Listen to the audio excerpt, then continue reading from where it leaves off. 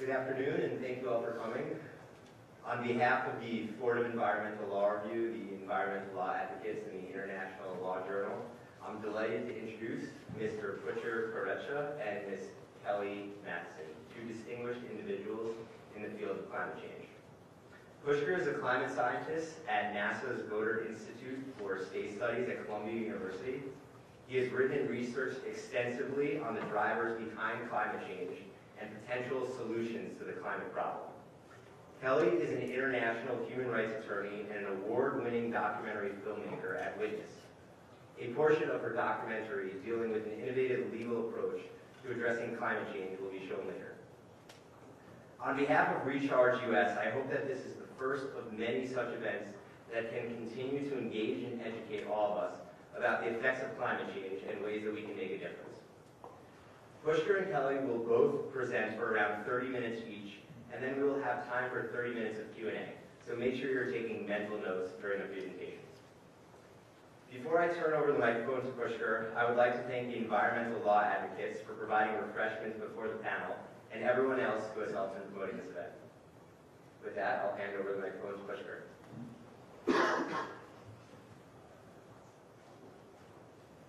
Okay, thanks a lot, Jared, and thanks to the other organizers, too.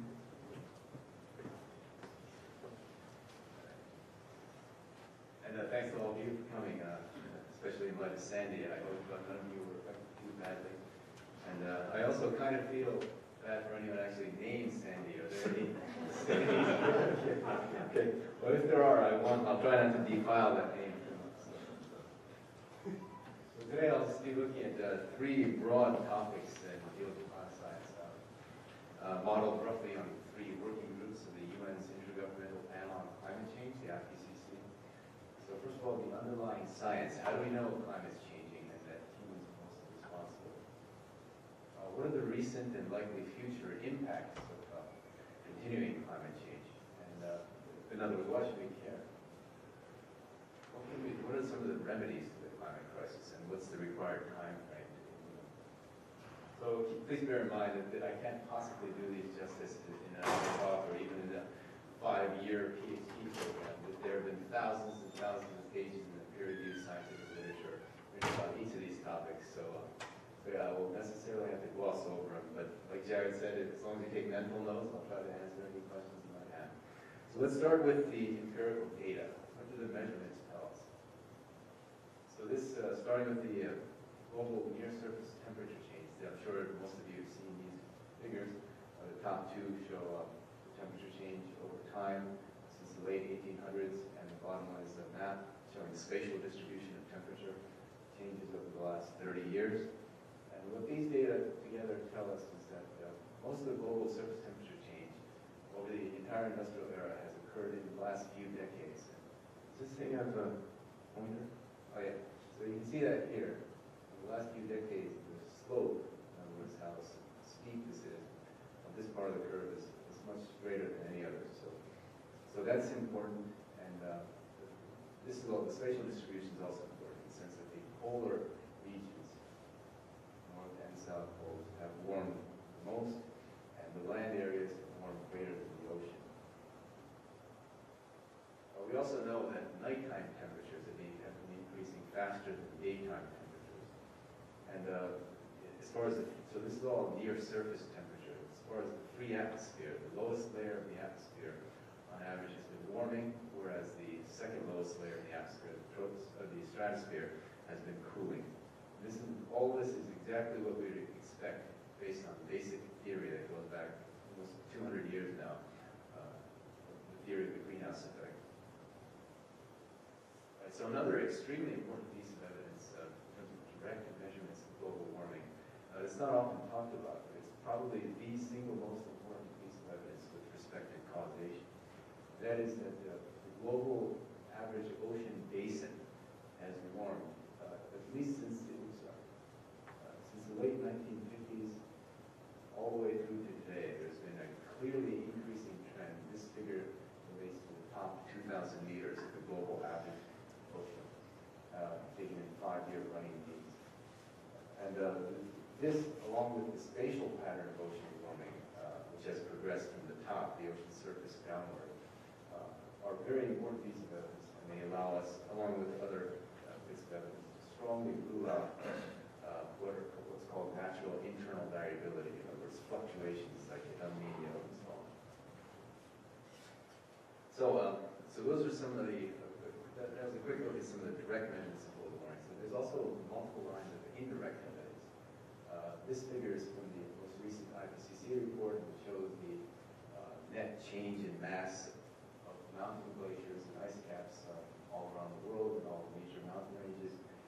And what these tell us is that there's been essentially a worldwide significant and apparently accelerating net mass loss in all the major mountain, virtually all the major mountain regions. The acceleration can be seen in the last couple decades here. That's the rate there is roughly double the rate of the prior 3 decades. And this is all this has led to this phenomenon being currently the largest contributor to global mean sea level rise. The great ice sheets covering Greenland and Antarctica have also been shedding mass. And that's very worrisome because combined they contain enough ice to raise global sea level by almost 70 meters. That's over 230 feet. So yeah, even if a small fraction of these starts to go, it would mean a disaster for coastlines all around the world. And this figure is based on satellite gravity data. The time period is very short for this data set. It only goes back about a decade. But what we see from this is that apparently the great ice sheets are also experiencing accelerating net mass loss. And according to this, at least, these figures and others from other papers, the rate of mass loss is apparently doubled. But again, the time period of the measurements is very, very short. Oh, sure. So the time period of measurements is very short, so it's too early to tell if this is a true trend or not. And again, we should hope to God that it's not, because as I mentioned, if even like a small fraction of these ice sheets starts to go, we're in trouble. Summer sea ice loss in the Arctic Ocean has also experienced net mass loss. This figure shows the aerial extent over the period of satellite measurements. This goes back to the late 1970s. There's been roughly a 40% decrease in that period. Aside from the aerial extent, the thickness and age of the sea ice are also steadily declining. In other words, the entire volume and the ice is getting younger. And that's important because multi-year sea ice is what's really kind of needed to replenish the Arctic sea ice when it's not the melt season. So the upshot here is that the Arctic Ocean might be completely free of summer sea ice within the next few decades. And that could have major implications for both regional climate and global climate.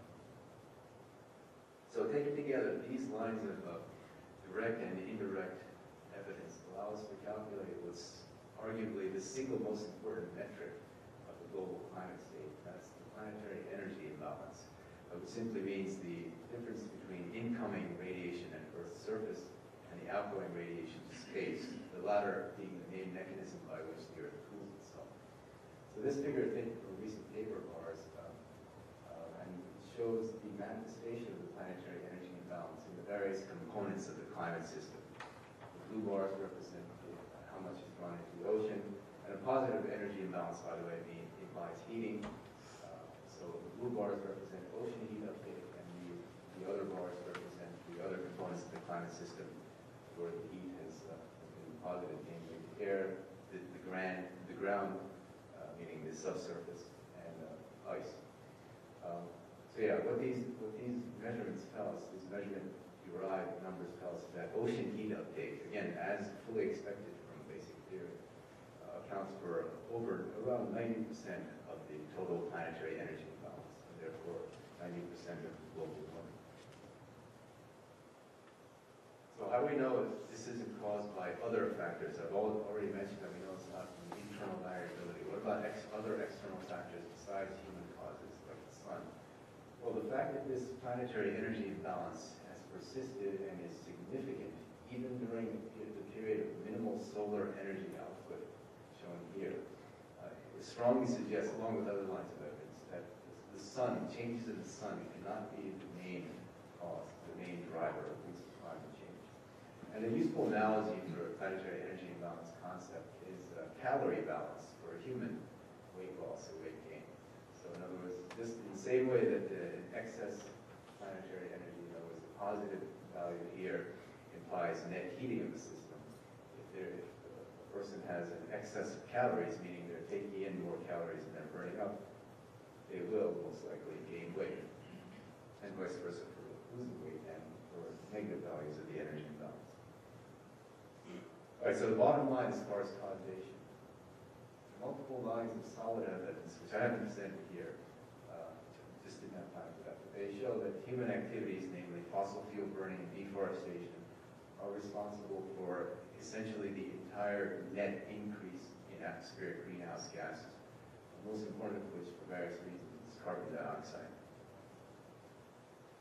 So what I've just shown is that the observed rate, magnitude, and the three-dimensional spatial patterns of climate system warming, along with, again, with basic scientific principles, which is really what we mean by theory in science. Basic theory in legalese has something, implies something more speculative, but in science it's kind of the opposite. It's a very well-established set of principles to explain a phenomenon. So basic scientific theory, these patterns of warming, along with a little bit of climate modeling, they allow us to strongly rule out natural factors, either internal variability or external factors like the sun. And they show that the human-enhanced greenhouse effect is the prime driver of climate change, and at least the last 50 years. And this will continue to be the case indefinitely as long as we continue spewing out greenhouse gas emissions. So we are now in control of the world's climate. So looking a little bit more closely at some of the drivers, the most important of which is fossil fuel CO2 emissions. So this figure is something I've compiled based on a recent energy resource assessments of fossil fuel resources around the world. And the important point here is that these purple bars, purple regions, show the amount of fossil fuel that has been burned so far. And not all of this has gone directly to that. It's not stayed in the atmosphere. It's what we call the airborne fraction, meaning the amount of CO2 remaining in the atmosphere after natural processes have removed it. It's about 50%. But the key point really is that if you look at the blue and yellow, the potentially usable fossil fuels, they are enormous compared to the amount that's already been burned. And again, the amount that's already been burned, as we just witnessed from various extreme events, Sandy is just one of them, around the world, that's already caused this relatively small amount of fossil fuels has already caused significant climate impacts around the world. So if we burn even a small fraction of this, it will be extremely hard to avoid some of the worst climate impacts. And so, numbers-wise, these recent assessments show that the potentially usable amounts of fossil fuels contain dozens of times the carbon that's currently in the atmosphere. So again, as I mentioned, the remaining fuels really should not be burned unless the resulting CO2 emissions are captured and stored. But that's sort of a pipe dream at the moment. That technology is simply not mature yet. It's at least decades away from being adopted on a widespread basis. You might have heard the term carbon capture and storage, carbon capture and sequestration. That's what I'm referring to. So zooming in again on the other main cause of human-caused global warming, which is the deforestation, or broadly land use. Brazil has experienced the highest rate of deforestation in recent decades. And these are satellite images comparing a section of the Brazilian Amazon rainforest in the mid-70s to early zeros. And what we know is that the #1 driver of Brazilian Amazon deforestation is conversion of pristine rainforests to cattle pastures for beef production. And most of that beef is exported, well, at least half that beef is exported. And thankfully not to here, so we can clear our consciences from the United States. A lot of it's going to Europe, Western Eastern Europe, the Middle East, Far East. But the second highest driver is, it's kind of a distant second, but it's still important, it's conversion to soybean agriculture. So Indonesia is the country that has experienced the second highest rate of deforestation in the world. And these are, again, satellite images showing the trends over time. And the #1 driver in Indonesia of rainforest loss is the conversion to palm oil plantations. And this is important because palm oil is used not just in food products. If anyone here is an ingredient reader, you can see palm oil, like at least in the last decade, I've noticed that it's in more and more foods. I think it's used as a popular substitute for butter, for instance, as it's high in saturated fat. But Indonesia and Malaysia combined are responsible for about 80% of the world's palm oil supply. Ever since I found all this out, I've been slightly guilty about buying foods that have palm oil in them because there's an 80% chance that they come at the expense of pristine rainforests. And palm oil is also used as a biofuel, by the way, but I think that's relatively low impact compared to the use of fuel in that food. So those are some of the drivers of climate change. What about the effects that we can expect, that we've already seen and that we can expect in the future on various sectors? Global mean sea level has increased by roughly 20 centimeters over the industrial era. It's about 8 inches. And what this figure shows is that the rate of sea level rise in recent decades, the last couple of decades, is about 3 times higher than the rate of the early 20th century, and about 50% higher than the rate of the prior 70 years. So again, sea level rise, just like with the loss of ice around the world, is apparently accelerating. And higher sea levels, as we just witnessed with Sandy, one of the immediate things it provides is much more damaging storm surge, along with coastal erosion. So what about observed changes in various types of extreme weather events and climate-related events? This figure is based on a recent paper by Jim Hansen. I'm sure all of you know. I consider him my mentor. He's our institute director. What this shows is the shifting distribution of summer temperatures in the northern hemisphere land areas over the last 3 decades compared to the reference period here. And as Jim coined a term called the climate dice back in the 80s, and he was predicting at that time, and others were too, that the climate dice would be loaded by around this time, so the early 21st century. And they have been. These figures are based on basic empirical data from around the world. And what they show is that in the reference period, the odds are roughly equal. If you think of a 6-sided die, in the reference period of climatology, there was roughly an even chance. So 2 sides of the die would represent the chance of a cooler than average summer. Again, this is in the northern hemisphere land areas. 2 sides of the die would represent the chance of having typical or average summer, and 2 sides of a hotter than average summer. But as you can see, the shifts over time now imply that the climate dice have been strongly loaded to favor hot and extremely hot summers. And so such that, again, if you think of 6-sided die, now only half of one side, as opposed to 2, represents the chances of having a cooler than average summer. One side, again, as opposed to 2, represents the chance of having a typical or reference type summer. And 4 sides represent the odds of having a hot summer, hotter than average. So that's double what it was in the reference period. And then there's this, you can see in the dark red, there we go. In the dark red region here, that's virtually an entirely new set category. And that's, again, extremely hot summers. So these figures are in terms of standard deviations. So all you need to know is that this is essentially a new feature that's been introduced to the climate system because of human caused climate warming. And so now half of the side of one die, it represents the odds of experiencing an extremely hot summer. And so that this is another way of showing these data in terms of percent area affected, again, in the northern hemisphere in summertime. So colder than average, those areas, the percent area experiencing colder than average conditions has decreased, whereas hotter and very hot and extremely hot areas have increased. The extremely hot areas specifically have increased by more than an order of magnitude. Right, so what about other extremes besides temperature extremes?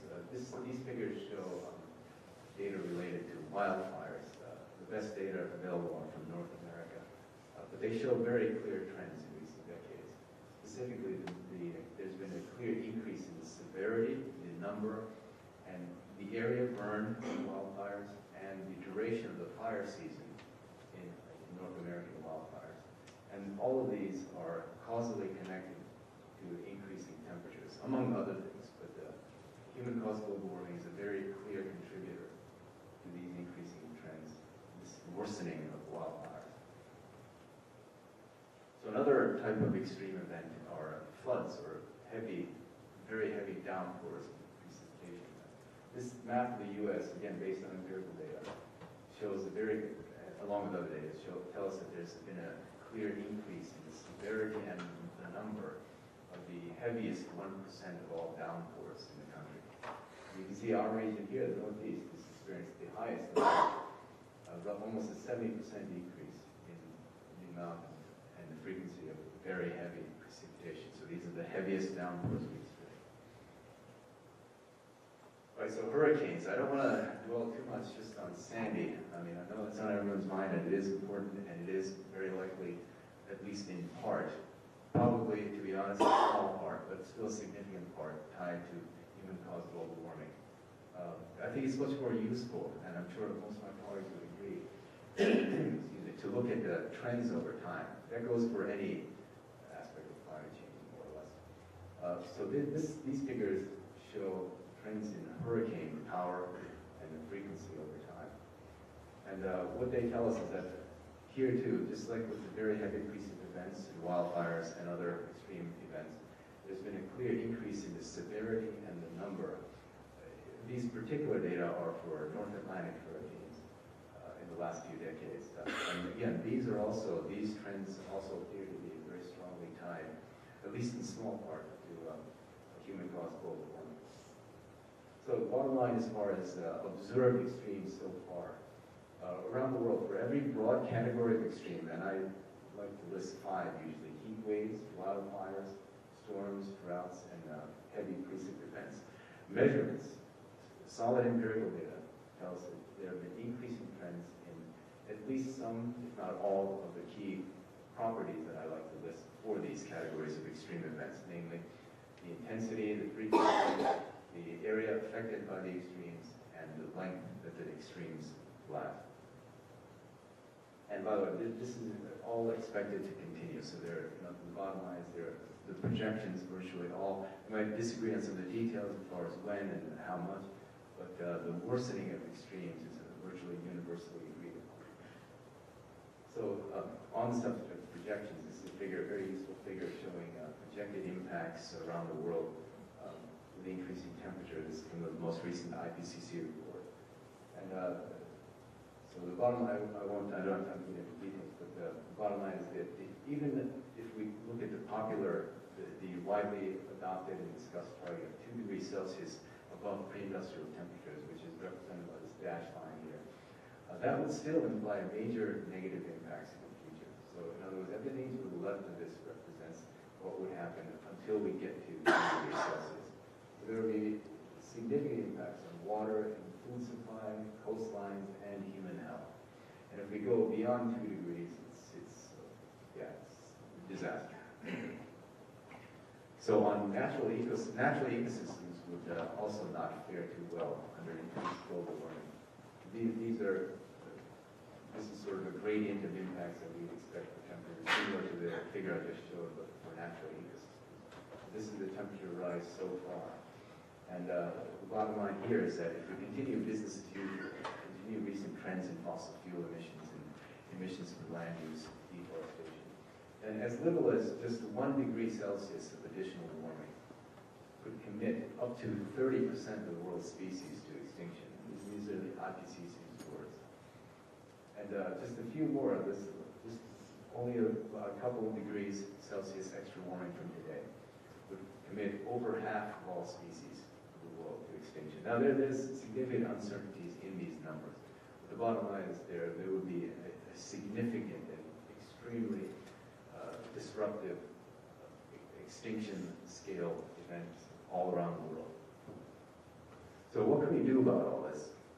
I like to quote a line from the second Matrix movie when Neo met the architect. Remember he mentioned that the problem is choice. So because we're in control of the Earth's climate now, for better or worse, it's it's up to us what trajectory we choose to follow. So one solution that my colleagues and I proposed is to reduce atmospheric CO2 levels to 350 parts per million, which is the level that they were at roughly in 1988. There's nothing magical about 1988, but there is something special, there's solid science to go behind this number. And limit future global temperature, or overall industrial era global temperature rise to about 1 degree Celsius. And this is an illustration of that scenario. It assumes very aggressive fossil fuel emissions reduction measures starting next year. And again, these are illustrative scenarios. We're not saying this has to happen or we're doomed. It also assumes massive restoration of biospheric carbon loss, meaning essentially a reversal of the net losses that we've experienced due to deforestation. One of among other things, the main benefits of this type of scenario is that it would avoid or minimize the worst climate impacts. It would also minimize the dollar associated economic costs. But it's really only achievable, along with other less ambitious mitigation scenarios, they're only achievable if we phase out very rapidly emissions from coal and from unconventional fossil fuels. If you remember that fossil fuel bar graph that I showed earlier, the biggest chunks by far from potentially usable fossil fuels left around the world are in unconventional fossil fuels like tar sands, shale-derived oil and gas, and from coal. And these emissions must be phased out within the next few decades. So what if we delay? What if we don't meet these targets? Well, that's the results that are shown in these figures, which show CO2 and temperature over time. And if we wait just until the year 2020 to really get serious about emissions reductions, then the overshoot of these targets, the CO2 and temperature targets that I mentioned, would last about a century. And if we wanted to achieve those targets within this century, if we wait till 2020, the required reductions in fossil fuel emissions would be on the order of 10% per year, which is borderline implausible. So the point there is, even waiting less than a decade from now implies that if we are to meet what we think are the most feasible or the most sensible targets, rather, the emissions reductions would be borderline impossible as far as feasibility. But so if we wait even longer, which are the curves represented, scenarios represented by the top three curves here, the economic costs would almost certainly skyrocket. The targets would essentially be impossible to achieve within this century, which would ultimately lead almost certainly to devastating impacts around the world, including irreversible ones. And the two irreversible impacts that people often like to invoke are ice sheet disintegration and consequent sea level rise and widespread species extinctions. But again, it's up to us. None of these business as usual scenarios are inevitable. So what do we do? What can we do? What choices do we have? Well, individual actions, they are important, but they're certainly not enough. And by that I mean things like switching to fluorescent light bulbs. I'm sure you've all heard about this stuff. It's also beneficial for other reasons, right? Being more efficient in terms of energy use, like driving more fuel-efficient cars, consuming fewer animal products. There's a growing body of scientific literature. This isn't as often discussed. You might not have heard of this in the context of climate change, but there's a growing body of scientific literature that shows that there will have to be very significant, upwards of half or more, reductions in the amount of meat consumed by, and other animal products consumed by developed countries, just to keep pace with the increasing meat consumption in developing countries. So that's really what's needed are collective actions, especially, as I was saying, organized pressure, grassroots pressure, to force our policymakers to create top-down policies that actually meaningfully address the problem, as opposed to the stuff that's discussed now, which is more or less window dressing. And there's really a twofold fundamental requirement, which is very widely acknowledged among not just scientists, but also economists and even some governments and progressive policymakers. The first thing is we need a fair yet effective price on carbon emissions that rises over time. And that would allow the market to internalize what are currently externalized costs, namely the impacts on human health and the environment. And that would level the playing field in terms of opening up the market to And the second thing that's fundamental requirement that's stated is an end to fossil fuel subsidies, which are currently given out to the tune of hundreds of billions of dollars a year worldwide.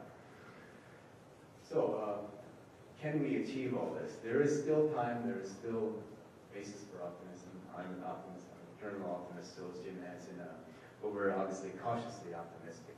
We can do all this, but the window of opportunity is really shrinking rapidly. As I mentioned, even if we wait just until 2020, the targets that we've outlined become extremely hard to achieve. So we really need to start as soon as possible. Thanks.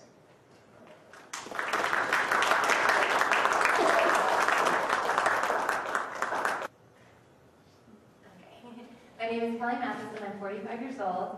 My heart is in Bozeman, Montana, but my feet are in New York City. And I am an environmental human rights advocate, a lawyer, as well as a filmmaker. And I'm here today to tell you a story of trust. And this story of trust involves me getting to introduce you to many of my heroes. And the first hero I get to introduce you to is named Mary Wood. And Mary was pregnant with her third child when Katrina hammered the banks of the Gulf. And she realized at that moment that it's the children that are going to be most bearing the brunt of the climate crisis that we have created. Mary's a law professor, and as we learn in law school, as lawyers, it's one of our responsibilities to help. But she didn't specialize in climate law. But she started thinking about it, and what she did specialize in is federal Indian law and property law. And for those of you who've taken federal Indian law, there is a federal Indian trust doctrine. I'm not going to go into the details of that. And for all of us, I think property law is probably the first semester, who've taken property law, we learn about the public trust doctrine. So Mary started thinking about these two doctrines and this idea of trust. And what she came up with was this absolutely brilliant, outside-of-the-box legal theory called atmospheric trust litigation, or ATL. And ATLs, to a lot of people, maybe not in this room because you've all studied law, seems complicated, but it's really, really simple. Who's heard of the public trust doctrine? Oh, just a couple. Okay. So the public trust doctrine actually goes back to natural law.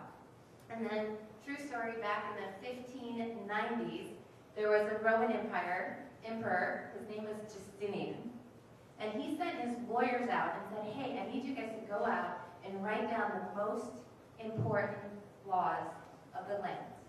And they came back, and the one thing that their lawyers said to Justinian was, it is the government's obligation and responsibility to take care of the essential shared resources that we all depend upon for our very survival, specifically the air and the water. So that's all the public trust doctrine is. It's the government has a trust obligation to take care of essential shared resources so that we can all literally live. Embedded, what happened with the public trust doctrine, it was started in Roman times, and then it came down actually through English law, through the Magna Carta, and then got embedded into our Constitution, as well as pretty much the constitutions of every country globally. Within the public trust doctrine is this concept of intergenerational equity. Who's heard of intergenerational justice or equity? Okay, so that is it's embedded in lots of our national laws and federal laws, but it's probably best articulated in international human rights law. And that's extremely simple. All it means is the adults cannot have a party on the planet and leave the mess for the kids. Pretty much it. So if you take public trust and you combine it with intergenerational equity, you have a way to bring a case against not only the U.S. government, but the state governments, as well as governments all over the world, because this trust obligation is embedded in the constitutions everywhere. So because of that, atmospheric trust litigation is recognized as the only globally binding legal approach that we have to date, and I wish there were more, to address the climate crisis from a legal standpoint in the critical time period we have left before we cross the ecological tipping point. So Mary developed this theory, and then along comes hero number 2. Her name is Julia Olson, and she is a veteran public interest environmental attorney that has won precedent-setting cases. And she was actually pregnant at the same time that Katrina was hammering the Gulf Coast, and had also seen inconvenient truth at the same time. And so she recognized, just like Mary, that it's the younger generations that are going to bear the brunt of climate change. And again, recognizing that it's attorneys, as attorneys, it's our job to help, she decided to commit to addressing the climate crisis. And as serendipity would have it, Julia saw Mary give a speech about atmospheric trust litigation, went up to Mary immediately after the conversation and said, I want to take your theory and I want to put it into practice. So they started. So between Mary and Julia, who are the dynamic duo, Pushker can attest on that one for sure, they brought together some of the top climate scientists in the world, including my friend who I'm speaking with here today. Many of them Nobel laureates. They brought together 24 very distinguished law professors from all over the country that wrote an amicus brief on atmospheric trust and the public trust doctrine. They brought together law students, and they brought together filmmakers, and they brought together youth. Because the youth are going to be the hardest hit. In this case, the plaintiffs, all of the plaintiffs are youth. And then they did what I feel is really the unprecedented. On May 11th of last year, in honor of Mother's Day, youth from 49 out of 50 states, the District of Columbia, and a federal case, they brought 51 legal actions, some at the administrative level, some in court. And they basically brought them against 49 out of 50 state governments and the federal government. And they told the government, we are suing you, we are bringing legal action against you because you have failed to protect the environment, protect the atmosphere in trust for our futures. And what they're asking for is extremely simple. They're asking for what Pushker put up for the solution. They're asking for, one, the court to say out loud that the atmosphere is a shared essential resource that needs to be protected. And because it is a shared essential resource, it does fall under the public trust doctrine. And so what you guys need to do is you need to come up with a plan. And that plan has to be based on carbon science instead of carbon politics. That's what our youth are asking for.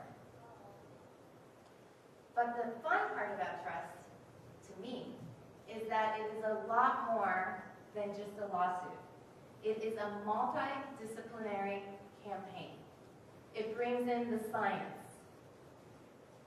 It brings in education, talking to people and teaching them about atmospheric trust litigation, public trust, as well as climate change. It brings in grassroots activism. It brings in communications. It brings in economics, because we are also trying to show that this is feasible for us to actually reduce our carbon emissions. So it's a very, very, very multidisciplinary campaign that brings in elements from all ends of academic studies, basically. And where I come in is I work for an international human rights organization called Witness. And Witness specializes in a type of filmmaking called video advocacy. Has anyone heard of visual legal advocacy? Okay, I'll tell you just a little bit about that. So video advocacy is really simple. What we're doing is we're using video to promote change in human rights practice, policy, and law. And Witness, my organization, felt like climate change was going to be the human rights issue of our time. Because as Pushker talked about, more droughts, more storms, more heat waves, more floods, more wildfires is going to create more food shortages. It's going to create problems with our water supply.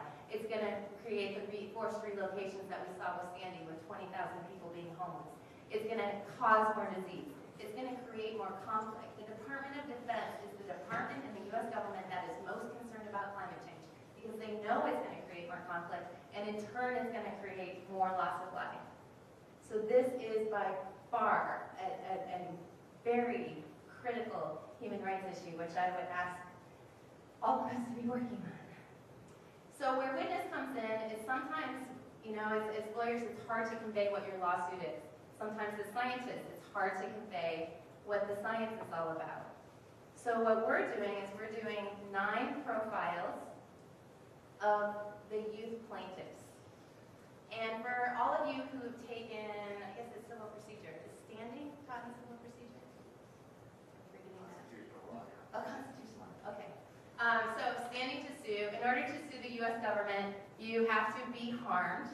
The court has to, the defendant has to have caused that harm, and the court needs to be able to redress that harm.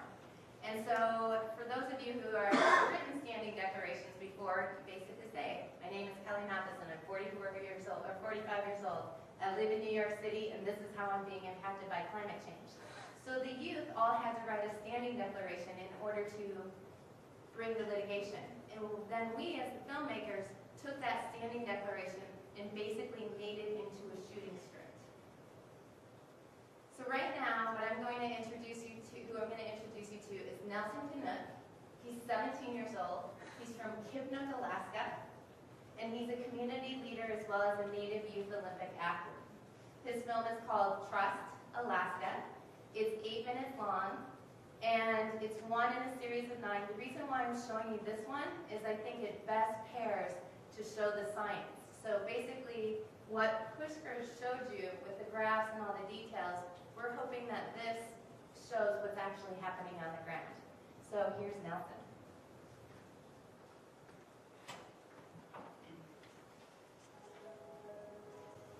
So that's Nelson. And I guess there's 2 things. I would love to have your feedback on whether or not that does help you understand who's at stake in the litigation. Oops, sorry.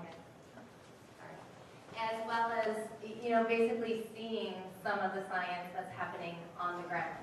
And as Nelson said in his film, he's asking for help. And Esha Shirley, who's the film we just recently released, is actually the one I wanted to show, or I thought about showing today, because it's all about the civil rights movement and how the similarities between what we're doing with atmospheric trust litigation. And Esha is one of those women who just knocks your socks off. She sees solutions. She doesn't see problems. And she does it with this immense, immense reservoir of hope. She's a freshman at Yale right now, and she's a French horn playing, basketball playing systems thinker. And Esha's taught me many things, but I think the thing that I will take with me and carry with me for the rest of my life is that a true listener listens with the willingness to help. And that's what all of the youth are asking. That's what our legal team is asking. That's what our scientific team is asking. That's what the law students that are dedicating hours to doing the petitions for rulemaking are asking. So I do have lots of ways to help. Today you can send a great what trust means to you and send a postcard to President Obama, because he is still our president. And you can also send him a DVD. I also have DVDs with the first 8. Trust Massachusetts, Esha's story is not on here yet, but it will be soon, and it's up on the web.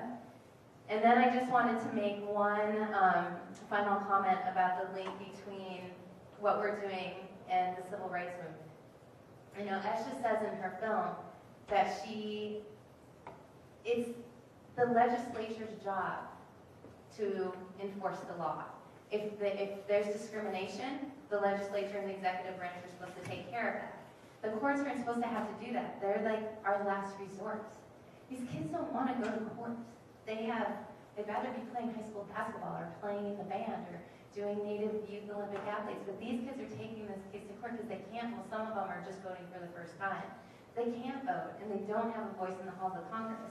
And the calls of justice should be open to them. It's the equal protection case as well. So within the civil rights movement, we saw all of the grassroots upswelling. But if you really look deep into the civil rights movement, after Brown versus Board of Education, there were a team of 4 judges in the Fifth Circuit. And they took Brown versus Board of Education, and they interpreted it. And it's those four judges that are truly the unsung heroes. And it's the lawyers that fought those cases that are the unsung heroes. And obviously we all know that Martin Luther King is a hero at many, many, many different levels, but there's a lot more people behind that as well. And as lawyers, oftentimes we're not seen, we're not in the spotlight, but that's perfectly fine for most of us. And you can do just absolutely amazing work. So just like the civil rights activists were asking the courts to take some leaps, we're doing the same things here. That just says it might be scary to think about what it's like to have stronger environmental laws than we do now. But the price of not doing so, just like the price of not desegregating our country, is too high. So thank you for coming, thank you for listening, and I think that hopefully there's some questions. Some comments.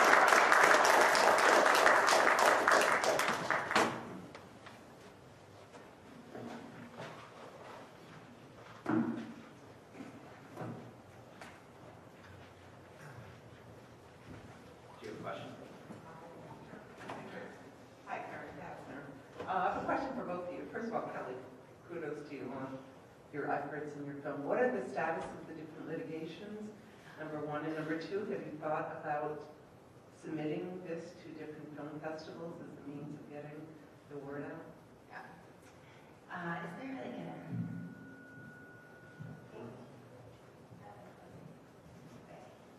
a status of, well, first of all, I'm going to do the film festival's easy because the status is a little bit difficult. So Nelson's film is a good example. Nelson did not tell anybody that he did this film.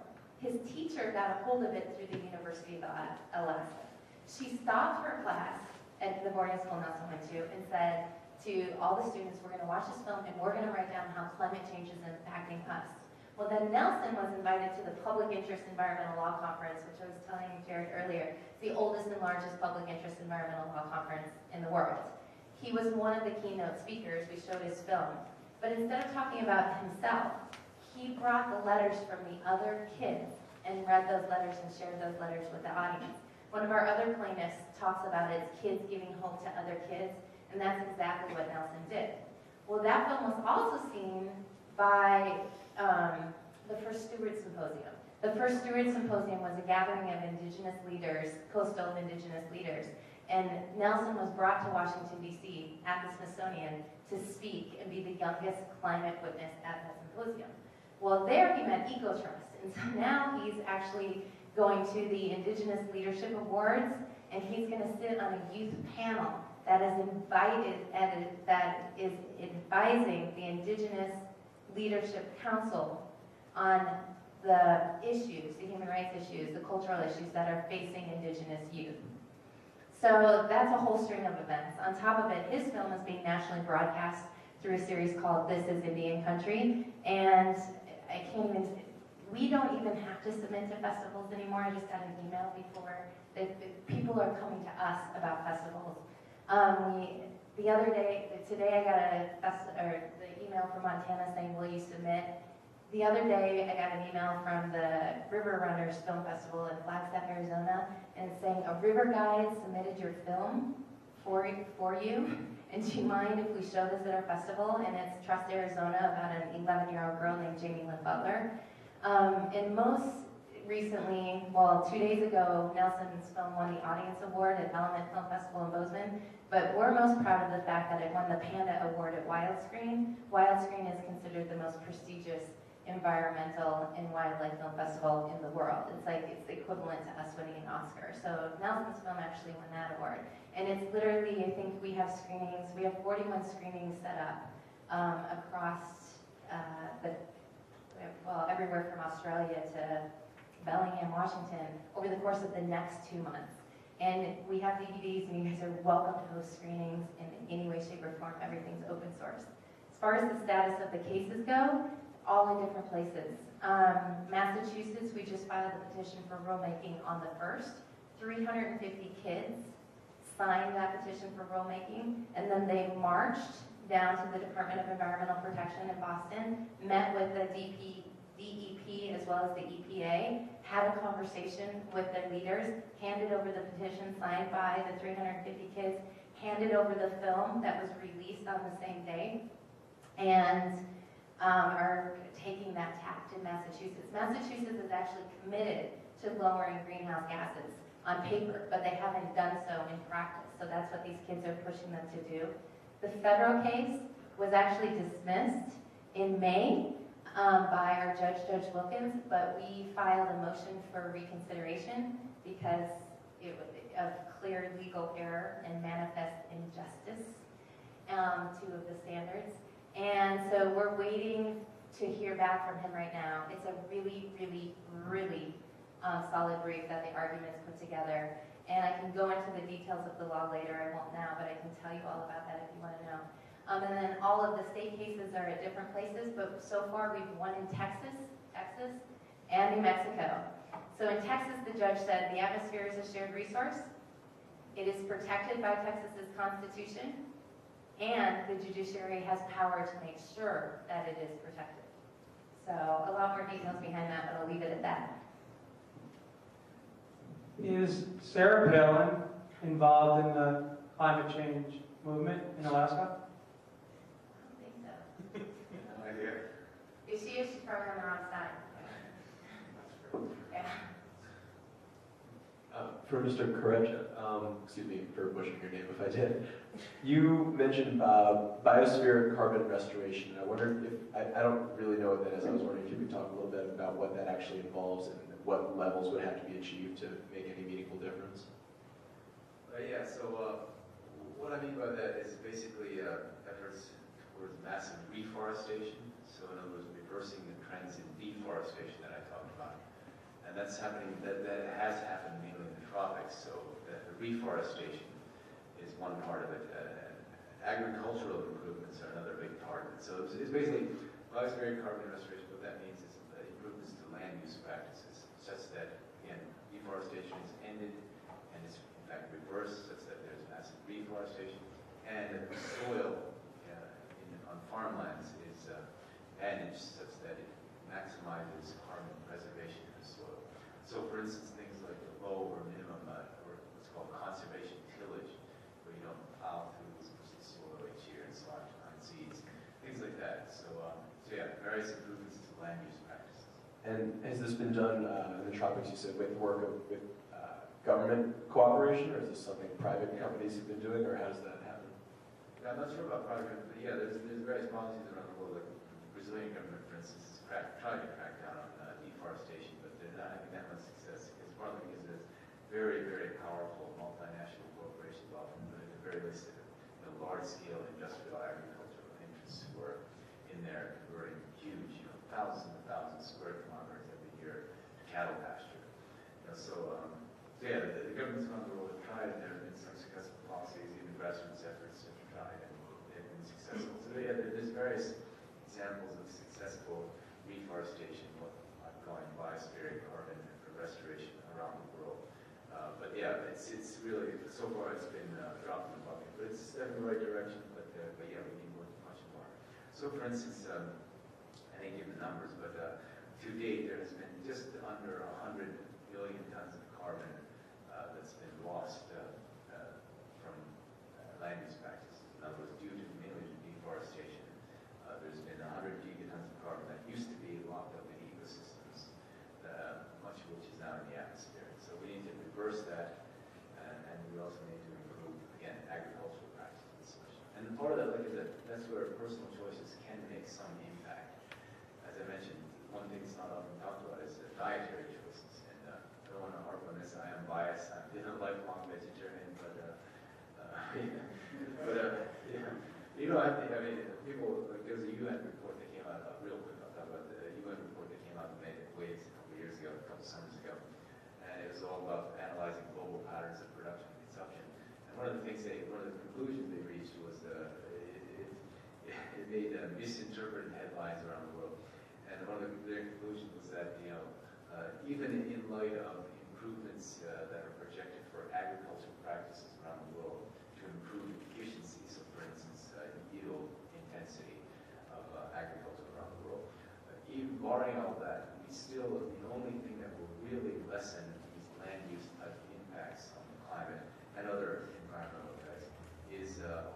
large shift in diet away from animal products. That's almost a verbatim language of the UN report.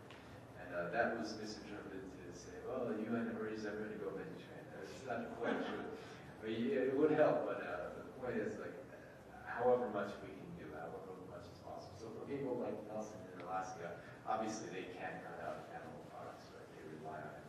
And as I've often told my girlfriend, like other areas around the world too. So for instance, in the Sahel, semi-arid regions where people have really no choice, they can't really grow much there.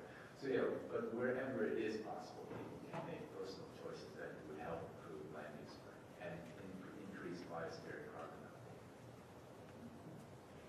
I have a question for Pushker. I think one of the things that's fascinated me about this issue is how much information there is not only about the man-made effect of climate change, but scientific evidence that there is no effect of CO2 emissions on climate change. So for the person who doesn't necessarily know a ton about this issue, what do you say to them about the state of the scientific community in general as a way to understand where the real understanding is about the effects of CO2 on climate change?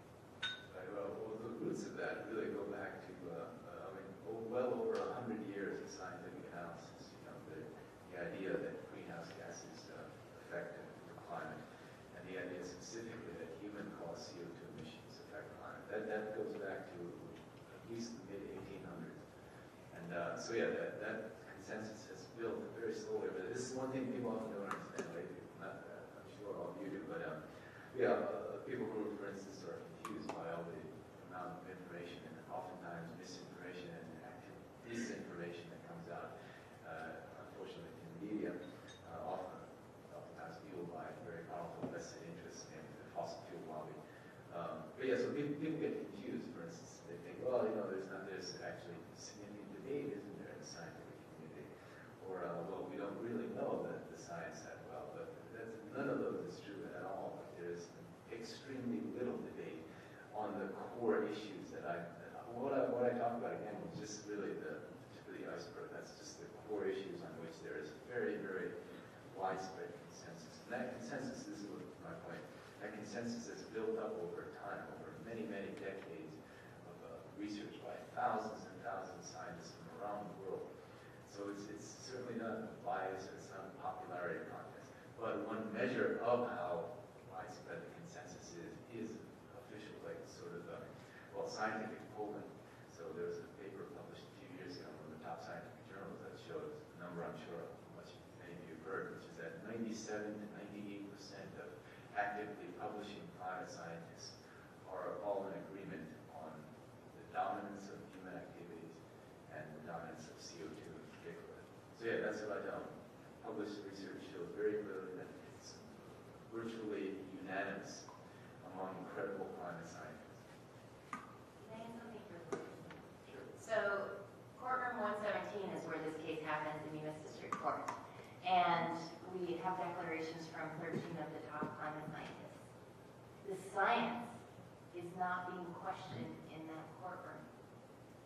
And I can't ask, I'm not sure why, but I presume it is because, and in that courtroom it's the government, it's the kids, and it's also the National Association of Manufacturers. The National Association of Manufacturers is 12,000 members of the fossil fuel industry, and they volunteered themselves to be defendants in the case because they felt like this would literally, and I'm not joking, these are the words, it would interfere with their legally protected interest to pollute in an unrestrained manner. But they have a Harvard-educated judge, and they're under oath, and they're not arguing the science. So what does that say? But they will argue it on the pages of the Wall Street Journal or in front of Fox News. They just won't argue it in court. What?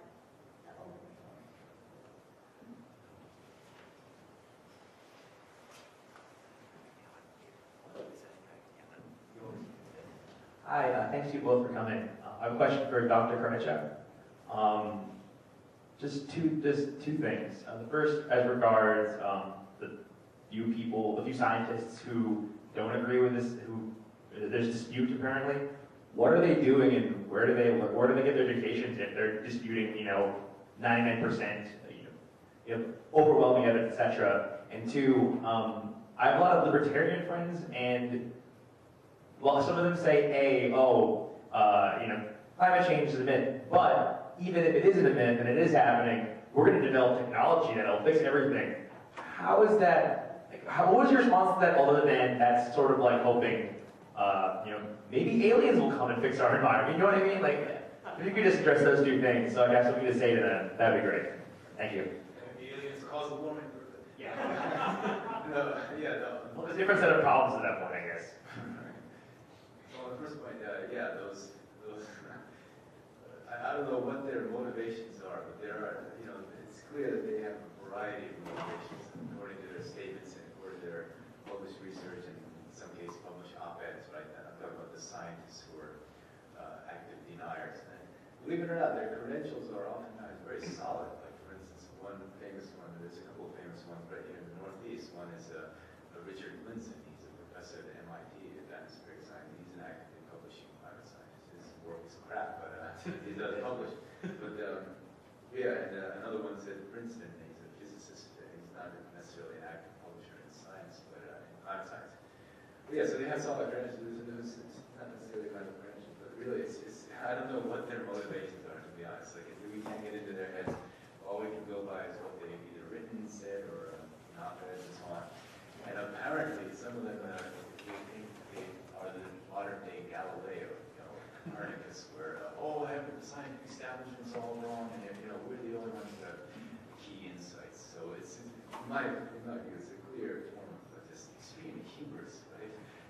The arrogance of these guys, that think that 97%, 8% of us are all just so deluded that we just refuse to see the evidence the way they do. They're just completely wrong-headed. As far as the second question, I forget, what was the point there again? Basically, how would you suggest responding to someone who says, technology will save us? Like, well, how do you know that? Yeah, so as far as technology, I didn't dwell on too much, but I mean, this is some of my own work, but technology really will save us, I think. But as I mentioned, one of the key problems is that the level of the playing field right now is heavily tilted. It's not a totally free market for your libertarian friends. They're not getting deeper into that. It really isn't a free market. It's an extremely skewed market, very biased market towards the fossil fuel industry. Why is that? It's because two key things that I mentioned. One is that they're subsidized to the tune of hundreds of billions of dollars a year globally. The second key thing is that their true costs in terms of human health and environmental impacts are not reflected in the price we pay at the pump or on our heating bills and so on. But if the true costs were in there, then that would level the playing field and allow these alternative technologies, which really are, we have to face it, they will be the saving grace. I mean, because personal choices, as I mentioned, can only go so far. Thank you. I have a follow-up question for Pushker.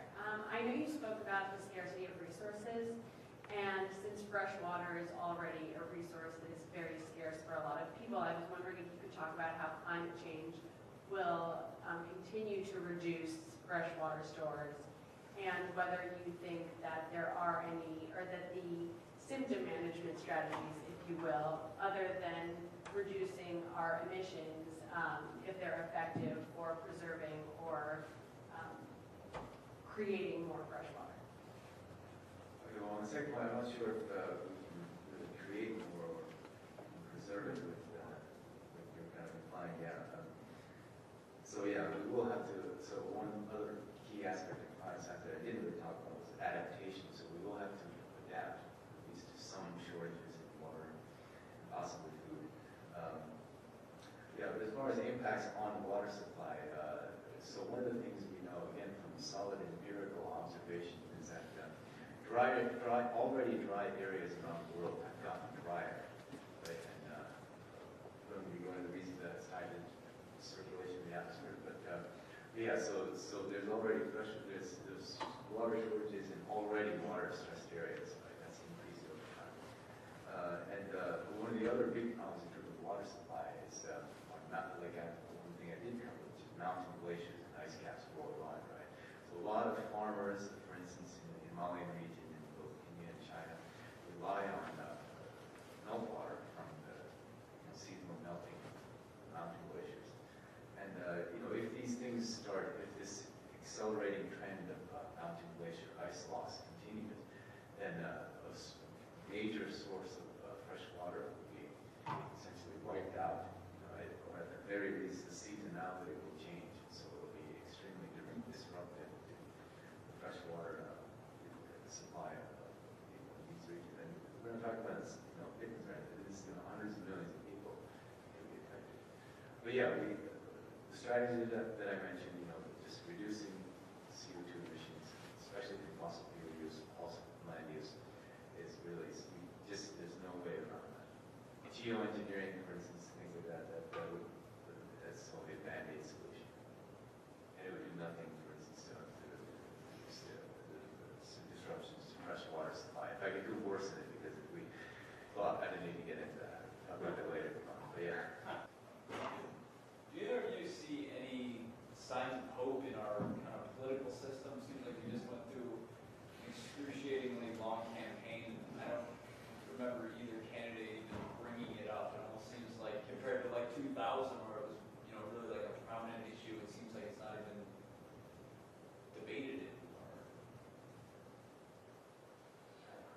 Yeah, no, I agree. It's disappointing.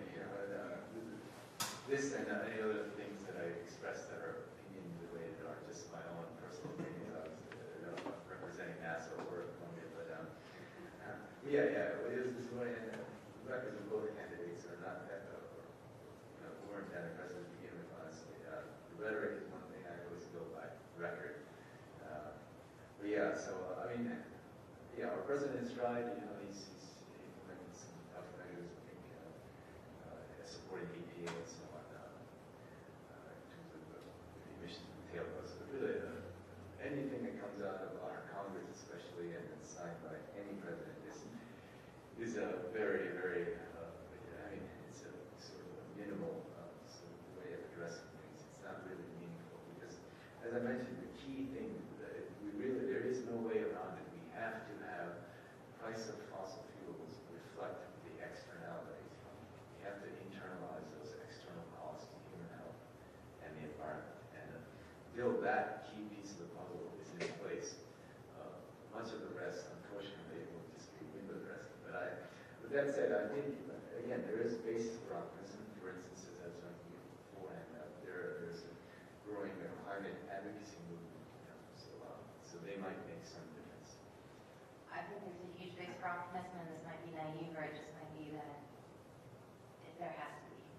And the reason why is, I guess it goes back to Obama's DNC speech. I think he actually gets climate change. He said, I think pretty much word for word, climate change is not a joke, it's not a hoax, more droughts, more floods, more fires are not a joke, and this is our children's future.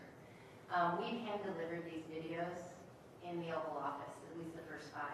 And he has asked to meet with one of our youth plaintiffs. He was hoping to do that before the election, but things happened and that couldn't happen.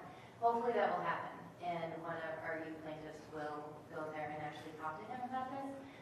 We've also met with this youth engagement officer, and there are a lot of people in the administration that get it. On top of it, the General Accounting Office, as well as the Office and Budget of Management, has suggested that the executive branch, come up with a comprehensive climate recovery plan, so that there is actually support for a comprehensive recovery plan at the President's office as well as at the GAO.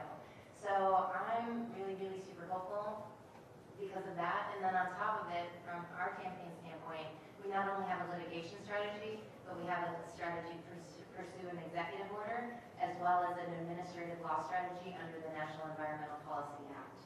And, Obama could always settle this baby. Hi, I get the sense that one of the other issues is, or at least one of the counter narratives related to this, is the question of jobs.